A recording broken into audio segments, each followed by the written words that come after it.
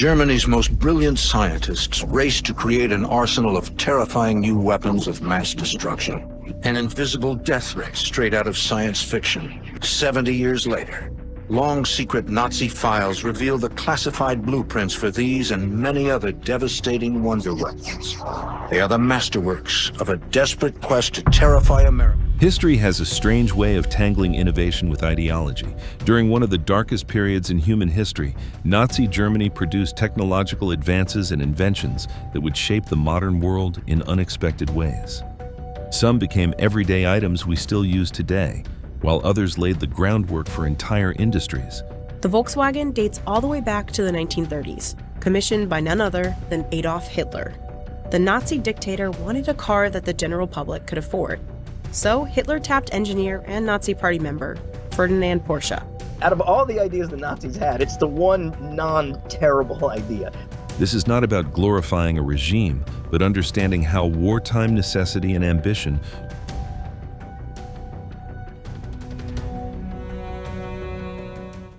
the Volkswagen Beetle. Before World War II, Adolf Hitler envisioned a car that every German family could afford. He called it the People's Car, or Volkswagen in German.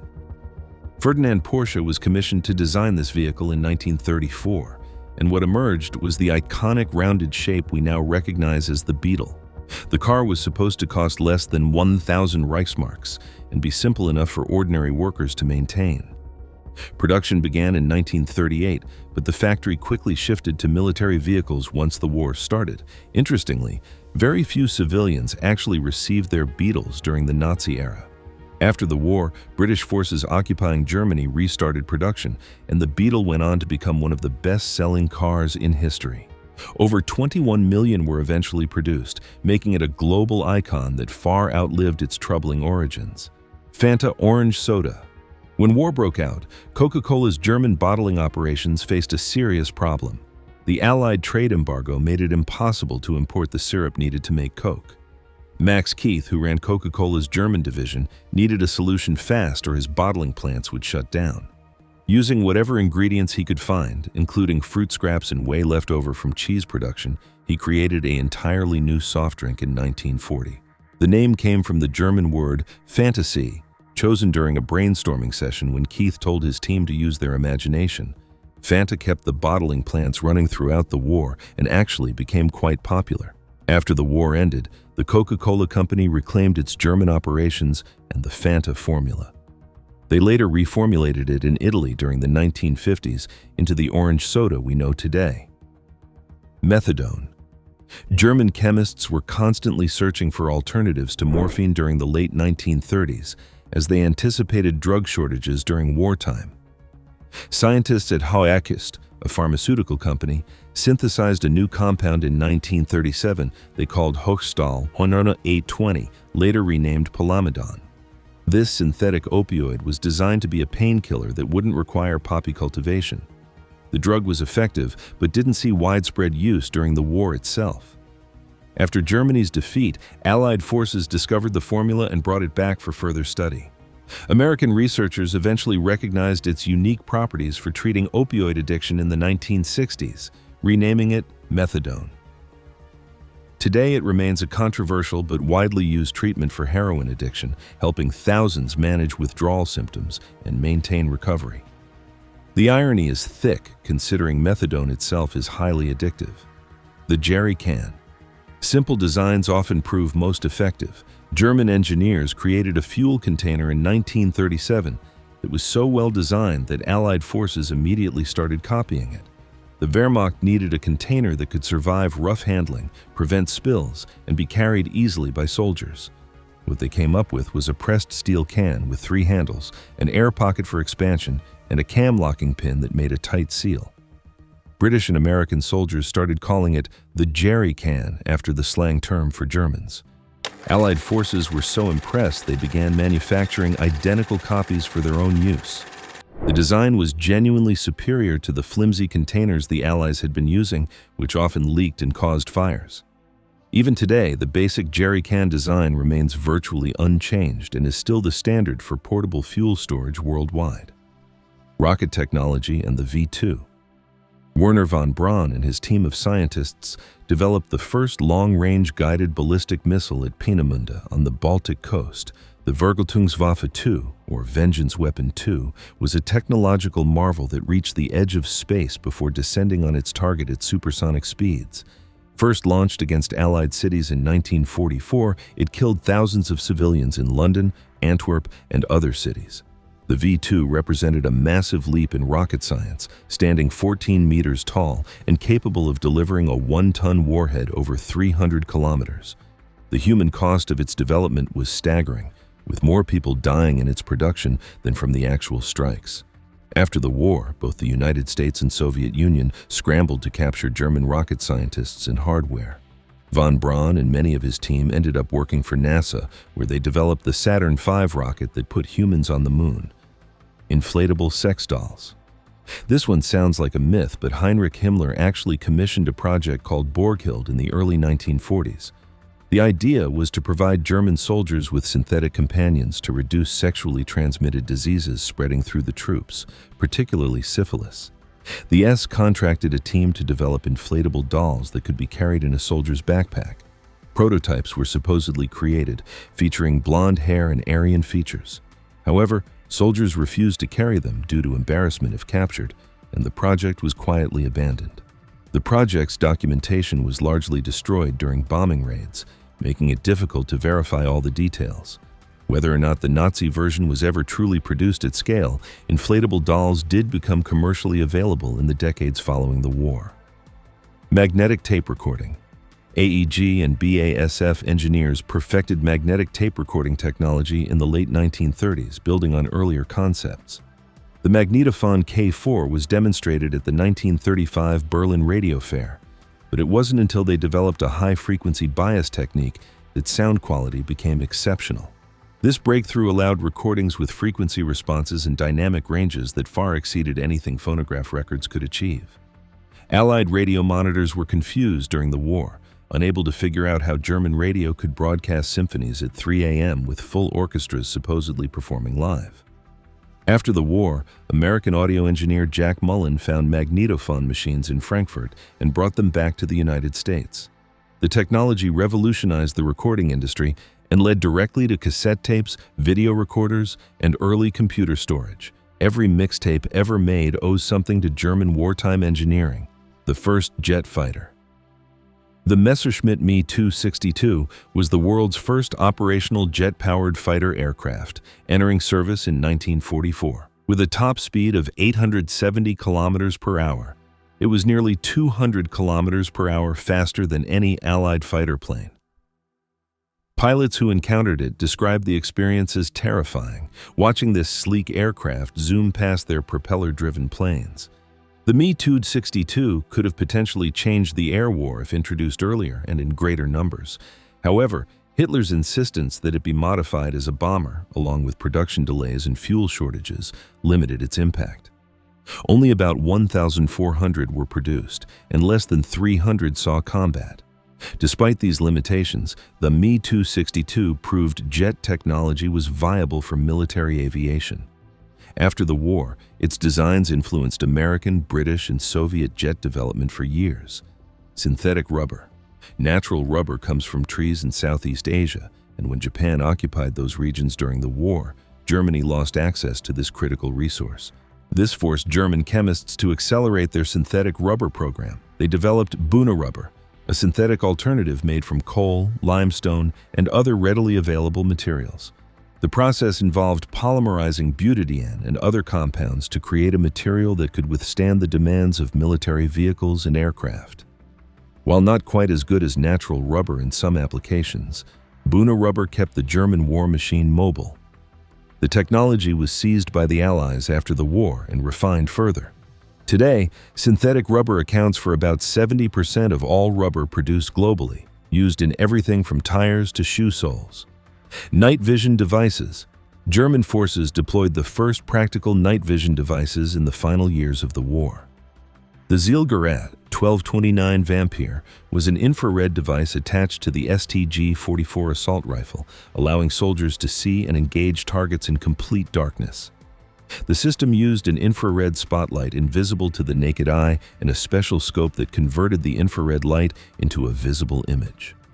It was bulky, requiring a heavy battery pack carried in a backpack, but it worked. Panther tanks were also equipped with similar infrared systems for night operations. These early devices saw limited use before the war ended, but they represented a significant tactical advantage.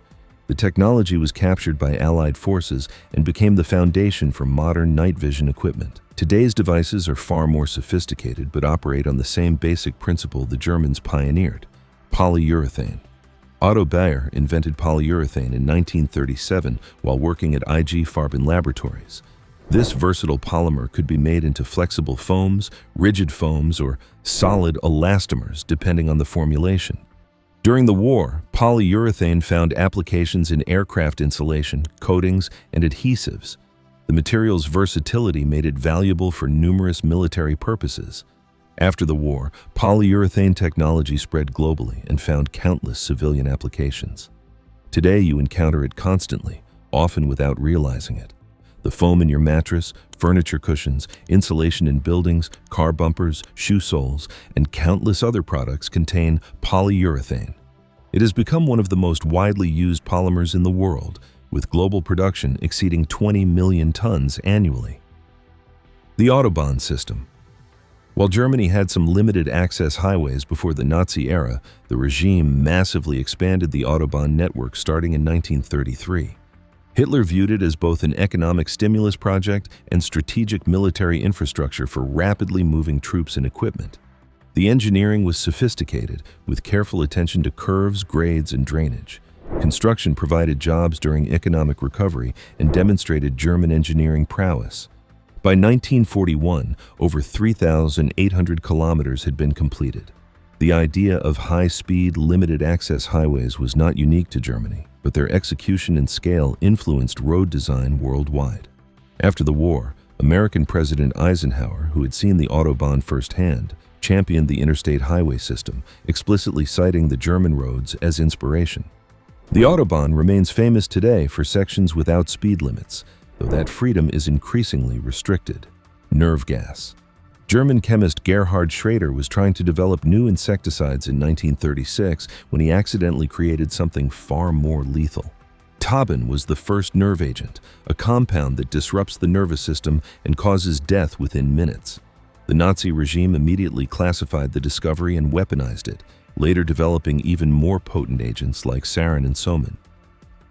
Fortunately, Germany never deployed these weapons during the war, possibly fearing Allied retaliation or because Hitler himself had been gassed during World War I. After Germany's defeat, the Allies discovered stockpiles and documentation of these chemical weapons. The knowledge spread, and nerve agents became part of the Cold War arsenal for multiple countries. These weapons represent one of the darkest legacies of Nazi science, with stockpiles still existing globally despite international treaties banning their use. The first assault rifle, the Sturmgewehr 44, or STG-44, is considered the first true assault rifle. German weapons designers recognized that most combat happened at ranges under 400 meters, making full-power rifle cartridges excessive. They developed an intermediate cartridge that was more powerful than a pistol round, but less than a full rifle round, then built a selective fire weapon around it. The STG-44 could fire semi-automatic or fully automatic, giving soldiers unprecedented firepower in a relatively compact package. It entered service in 1944, and about 425,000 were produced before the war ended. The design influenced virtually every assault rifle that came after it. The Soviet AK-47, developed just after the war, clearly borrowed concepts from the STG-44. Today, assault rifles are the standard infantry weapon worldwide, all descendants of that German innovation. Anti-smoking campaigns. Nazi Germany conducted the most aggressive anti-tobacco campaign in modern history up to that point. German scientists were the first to definitively link smoking with lung cancer in the late 1930s, research that was largely ignored by other countries until decades later. The regime banned smoking in many public spaces, prohibited tobacco advertising, and ran public health campaigns warning of its dangers. This wasn't purely about health. It fit into their ideology of racial purity and physical fitness. Pregnant women and youth were especially targeted by anti-smoking messaging. Hitler himself was vehemently anti-smoking and occasionally berated associates who smoked. Ironically, this genuinely beneficial public health initiative came from one of history's most murderous regimes. After the war, the connection to Nazi ideology actually hindered anti-smoking efforts elsewhere, as the research was tainted by association. Canned food preservation methods. The Nazi regime invested heavily in food preservation research, anticipating supply challenges during wartime. German scientists developed improved canning methods and preservation techniques that extended shelf life significantly. They refined processes for canning meats, vegetables, and even complete meals that could withstand long storage and extreme temperatures. One innovation was better understanding of pressure and temperature relationships in sterilization, ensuring food safety while maintaining nutritional value and taste. The military needed rations that could survive in U-boats, desert conditions, and Arctic temperatures. Many of these technical improvements in canning were adopted by food industries worldwide after the war. Modern canning standards and safety protocols still reflect some of this research, stripped of its original context, but practically useful nonetheless. Zyklon B, initially as pesticide. Zyklon B was originally developed in the early 1920s as a fumigation agent, well before the Nazi rise to power. The compound, a cyanide-based pesticide, was commonly used to disinfect buildings, ships, and railway cars to control insects and rodents. German chemist Fritz Haber had been involved in its early development. During the Nazi era, Zyklon B continued to be manufactured for legitimate pest control purposes. It was actually used in concentration camps initially for its intended purpose, fumigating barracks to control typhus-carrying lice. The horrific perversion came when the SS began using it for mass murder and extermination camps. This represents not an invention during the Nazi period, but a nightmarish repurposing of an existing product. The name Zyklon B remains forever associated with genocide, overshadowing its original mundane purpose. Advanced submarine technology. German U-boats represented the cutting edge of submarine warfare during World War II. The Type 21 U-boat, introduced near the war's end, was revolutionary in design. It featured a streamlined hull, massive battery capacity, and a snorkel system that allowed diesel engines to run while submerged at periscope depth. This submarine could travel underwater much faster and longer than earlier designs, staying submerged for days. It was also quieter and had better sonar equipment. Only a handful became operational before Germany's surrender, but the design terrified Allied naval commanders who realized how vulnerable their ships would have been. After the war, both the United States and Soviet Union based their submarine programs heavily on captured Type 21 technology. Modern submarine design still reflects innovations first introduced in these German vessels, from hull shapes to power systems. Television broadcasting. Germany operated the world's first regular television service, beginning in Berlin in 1935. The Fernsehsender Paul Nipkow transmitted programming 3 times weekly initially, later expanding to daily broadcasts. The system used a 180-line resolution, primitive by modern standards but impressive for the era. Special viewing rooms were set up in Berlin since few people owned receivers. The 1936 Berlin Olympics were broadcast live, marking the first major televised sporting event. By 1939, there were about 500 television sets in the Berlin area. The broadcasts were used for propaganda purposes, demonstrating technological superiority. World War II interrupted development, and Allied bombing destroyed most of the infrastructure. Despite this, the technical groundwork laid by German engineers contributed to television's post-war development. Other countries learned from the German system's successes and failures when establishing their own television networks. Pharmaceutical advances in pain relief. German pharmaceutical companies were world leaders in the 1930s and 1940s, developing numerous medications. Beyond methadone, chemists synthesized various analgesics and anesthetics during this period. Research into pain management was driven partly by anticipated battlefield casualties. Some of these compounds proved useful, while others were abandoned due to side effects or addictive properties. The pharmaceutical research conducted during this era, when separated from the horrific human experiments also contributed to post-war medicine. Techniques in drug synthesis and testing protocols were advanced. Companies like Bayer and Hoechst continued after the war, though their Nazi-era activities remained controversial. Many modern medications have lineages that trace back through decades of research, including work done during this dark period, raising uncomfortable questions about using knowledge gained under unethical circumstances. The innovations that emerged from Nazi Germany present us with an uncomfortable reality. Technological progress doesn't require moral righteousness, and terrible regimes can produce things of lasting value. These inventions went on to shape our world, for better or worse. What matters now is understanding this history completely, neither ignoring the origins nor letting them overshadow how we've moved forward. Technology itself is neutral. What matters is how we choose to use it.